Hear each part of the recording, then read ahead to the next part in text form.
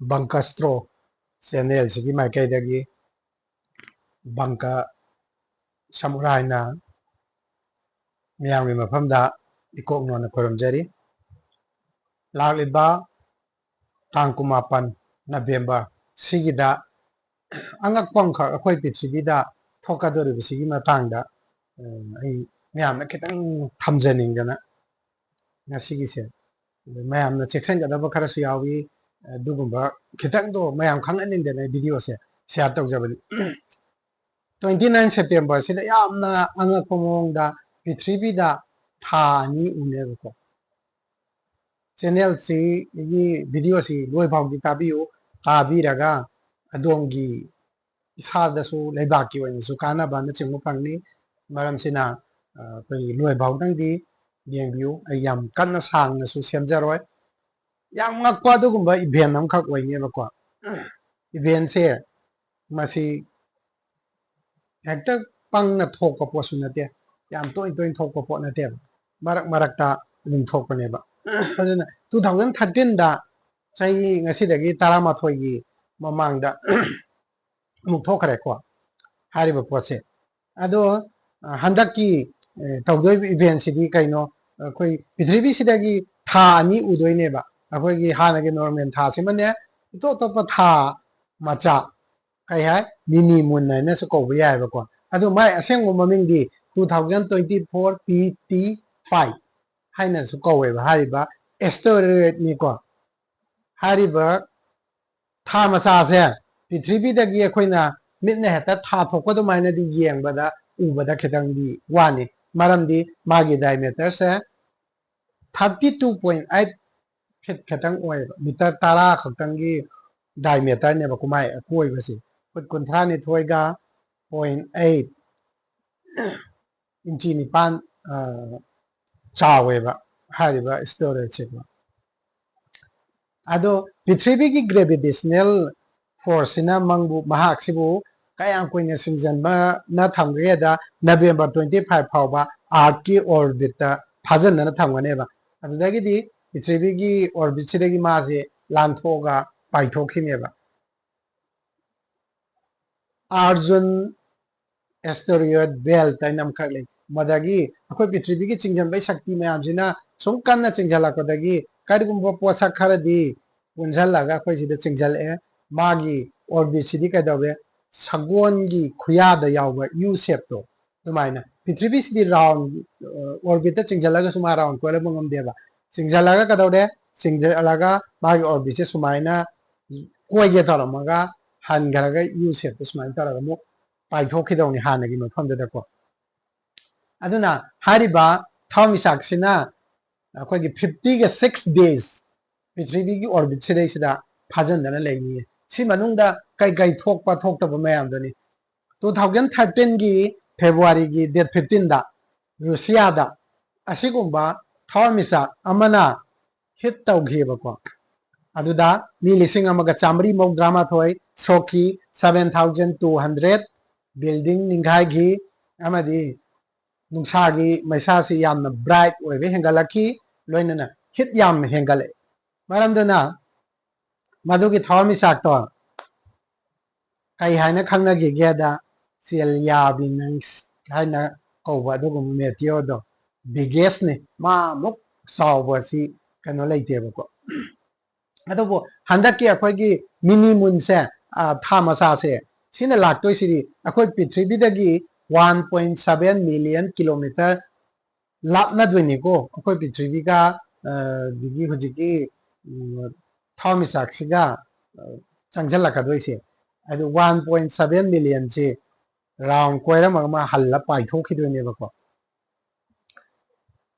akhoi India da udaba Manipur da udaba handak surya grohan namne chandra grohan namne tawe September 17 da lunar eclipse ma tawki October gi date 2 sida solar eclipse ma tawneba mase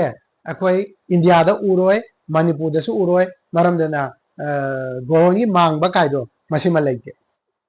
India da ni makse uroi adubu rasi singda mai eclipse sing sigi impact ti akhoi udraga su adum masig impact ti leini maram ni kaino da nong mangjala ganda akhoi numit ubo phangde dana ubo phangdaba do ꯑꯩꯈꯣꯏ ꯃꯁꯤ ꯅꯨꯃꯤꯠ ꯊꯣꯛꯇꯦ ꯍꯥꯏꯕ ꯌꯥꯗꯦꯕ ꯃꯊꯛꯇꯗꯤ ꯊꯣꯛꯏꯅꯦ ꯑꯩꯈꯣꯏ ꯎꯗꯕꯩ ꯋꯥꯅꯦꯕ ꯑꯗꯨꯃꯥꯏꯅ ꯇꯧꯗꯅ ꯑꯩꯈꯣꯏꯒꯤ ꯔꯥꯁꯤꯗꯗꯤ ꯑꯗꯨꯝ ꯏꯝꯄꯦꯛ ꯇꯧꯏ ꯒꯣꯔꯍꯣꯟ ꯇꯧꯕ ꯍꯥꯏꯁꯦ ꯃꯁꯤꯅ ꯀꯩꯗꯧꯏ ꯊꯥꯁꯤ ꯏꯅꯔꯖꯥꯏꯖ ꯇꯧꯋꯦꯕ ꯑꯩꯈꯣꯏꯒꯤ ꯊꯥꯁꯤ ꯃꯄꯥꯡꯒꯜ ꯀꯟꯈꯠꯍꯜꯂꯦꯕ एनर्जी ꯌꯥꯝ ꯍꯥꯞꯆꯜꯂꯦꯕ ꯊꯥꯗ मीन्स मधुदी कईनो मागी ग्रेविटेशनल फोर्स से मसी हेंगलले हाइबनी मरम सिना सेप्टेम्बर 29 दगिना कईनो फाउसे नवंबर 25 फाउसे अखोई खितंग बॉडी से अखोई मियो हक्चांग से पोथाबा याम दरकार लई मरम नि कईगिनोदा याम एग्जॉस्ट होबे पीनेबको हक्चांग से याम सोक्थब पीनी अदुगा मसी मरु ओइना अखोईगी मूड स्विंग तौगनबा मी एंजाइटी न सिंग नाबा डिप्रेशन न सिंग नाबा मीदा अदुगुंबा मी सिंगदी खितंग खरगसु हेना चेक्शन बा फै मरम नि कईनोदा थागी अमा खकी सिंगजनबगी दु लैरिङैदुदा था मचा सुम यावसलकदोइनेबा अनि से यावसलकपसे था मचा सिगा यावसलकपसे सुमाइन तौदना लैरिसे पृथ्वी सिदा था मचा अनि न सुमाइन सिंगजल अकानदि अखोइसे कोई मसा अमा ओइरकपसु याबे अखोइगी नुंसागी मैसासे मसिसु टेम्परेचर से हेंगलकपसु याय मदगी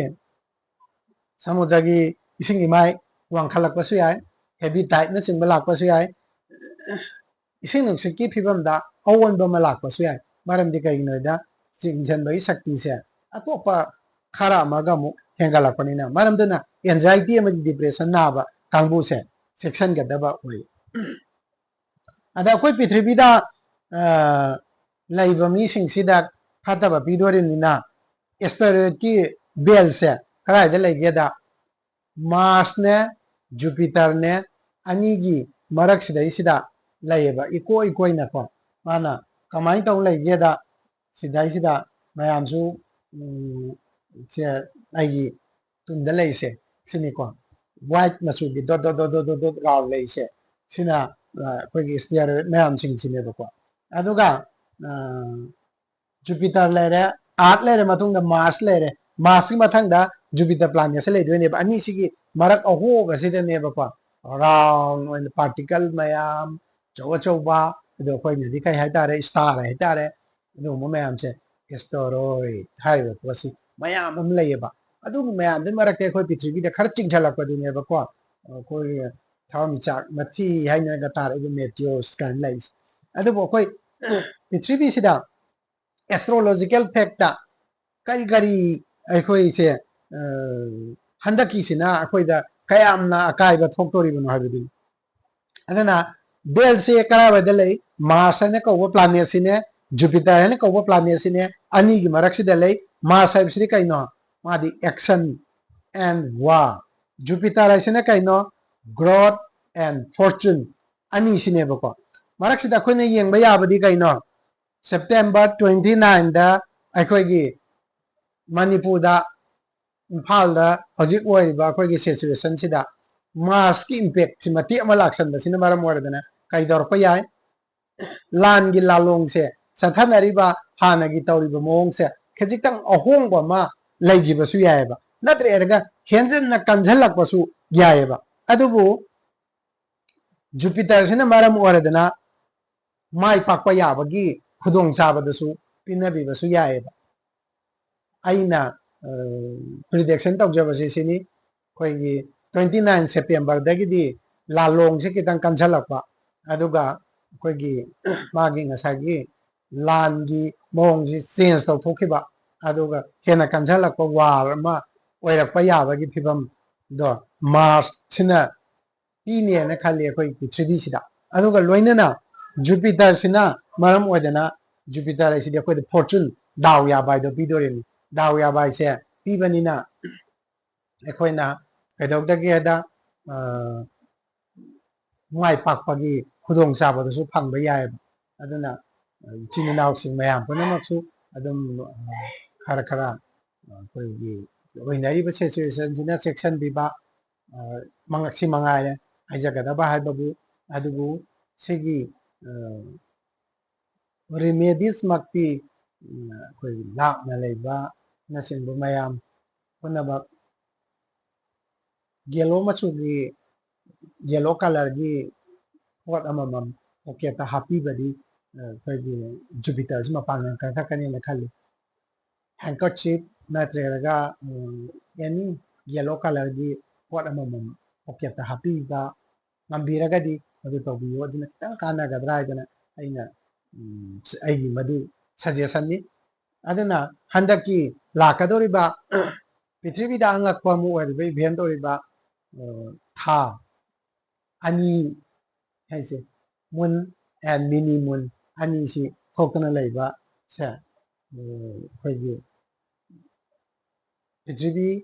ꯂꯩꯔꯦ ꯑꯩꯈꯣꯏꯒꯤ ꯏꯁꯇꯦꯔꯣꯏꯗ ꯑꯃ ꯂꯩꯔꯤꯁꯤꯅꯤ ꯑꯩꯈꯣꯏꯅ ꯊꯥ ꯑꯣꯏꯅ ꯑꯣꯟꯊꯣꯛꯄ ꯋꯥꯅꯤ ꯃꯥ ꯉꯁꯥꯏꯒꯤ ꯄꯣꯠꯁꯤꯗ ꯅꯨꯡꯁꯥꯒꯤ ꯃꯉꯥꯜꯅꯆꯤꯡꯕ ꯌꯩꯁꯜꯂꯛꯑꯀꯥꯟꯗ ꯊꯥ ꯑꯣꯏꯅ ꯎꯗꯣꯔꯤꯅꯤ ꯑꯗꯨꯕꯨ ꯇꯧꯕꯇꯕꯨ ꯍꯥꯏꯔꯤꯕ ꯃꯤꯅꯤ ꯃꯨꯟꯁꯦ 2024 PT5 ꯍꯥꯏꯅ ꯀꯧꯕ ꯊꯋꯥꯟꯃꯤꯆꯥꯛꯁꯦ ꯄ꯭ꯔꯤꯊꯤꯕꯤꯗꯒꯤ ꯑꯩꯈꯣꯏꯒꯤ ꯅꯦꯀꯦꯠ ꯑꯥꯏꯅꯗꯤ ꯎꯕ ꯉꯝꯃꯣꯏ ꯇꯦꯂꯦꯁꯀꯣꯞꯅꯆꯤꯡꯕ ꯑꯐꯕ ꯃꯈꯜꯒꯤ ꯑꯃ ꯁꯤꯖꯤꯟꯅꯔꯒ ꯑꯩꯈꯣꯏꯅ ꯃꯁꯤꯕꯨ ꯖꯨꯝ ꯇꯧꯔꯒ ꯌꯦꯡꯉꯒꯗꯤ ꯁꯨꯡꯁꯣꯏ ꯁꯣꯏꯗꯅ ꯎꯕ ꯉꯝꯅꯤ ꯁꯤꯅꯤ ꯑꯩꯅ ꯉꯁꯤ ꯃꯌꯥꯝꯗ ꯍꯟꯗꯛ ꯄ꯭ꯔꯤꯊꯤꯕꯤꯗ ꯑꯣꯏꯗꯣꯔꯤꯕ ꯑꯉꯛꯄ ꯃꯑꯣꯡ ꯑꯃ ꯊꯣꯛꯇꯣꯔꯤꯕꯁꯦ ꯃꯁꯤꯒꯤ ꯀꯥꯟꯅꯒꯗꯕ ꯑꯃꯗꯤ ꯆꯦꯛꯁꯤꯜꯍꯧꯒꯗꯕ ꯁꯤꯡꯗꯣ ꯑꯩ ꯈꯤꯇꯪ ꯍꯥꯏꯅꯤꯡꯗꯅ ꯑꯗꯨꯃꯥꯏꯅ ꯇꯧꯗꯅ ꯑꯩ ꯚꯤꯗꯤꯑꯣꯁꯤ ꯁꯤꯌꯥꯔ ꯇꯧꯖꯕꯅꯤ ꯃꯌꯥꯝ ꯄꯨꯝꯅꯃꯛꯅ ꯚꯤꯗꯤꯑꯣꯁꯤ ꯂꯣꯏꯕꯐꯥꯎ ꯌꯦꯡꯕꯤꯕꯒꯤꯗꯃꯛꯇ ꯏꯀꯥꯏ ꯈꯨꯝꯅꯕ ꯎꯠꯆꯔꯤ ꯍꯥꯏꯔꯒ ꯃꯇꯥꯡ ꯑꯁꯤꯗ ꯑꯩ ꯚꯤꯗꯤꯑꯣꯁꯦ ꯂꯣꯏꯁꯤꯟꯖꯒꯦ ꯃꯌꯥꯝ ꯄꯨꯝꯅꯃꯛꯁꯨ ꯃꯥꯏ ꯄꯥꯛꯄ ꯃꯪꯒꯣꯜ ꯑꯣꯏꯕ ꯍꯥꯏꯗꯣ ꯑꯣꯏꯕ ꯑꯣꯏꯔꯁꯅꯨ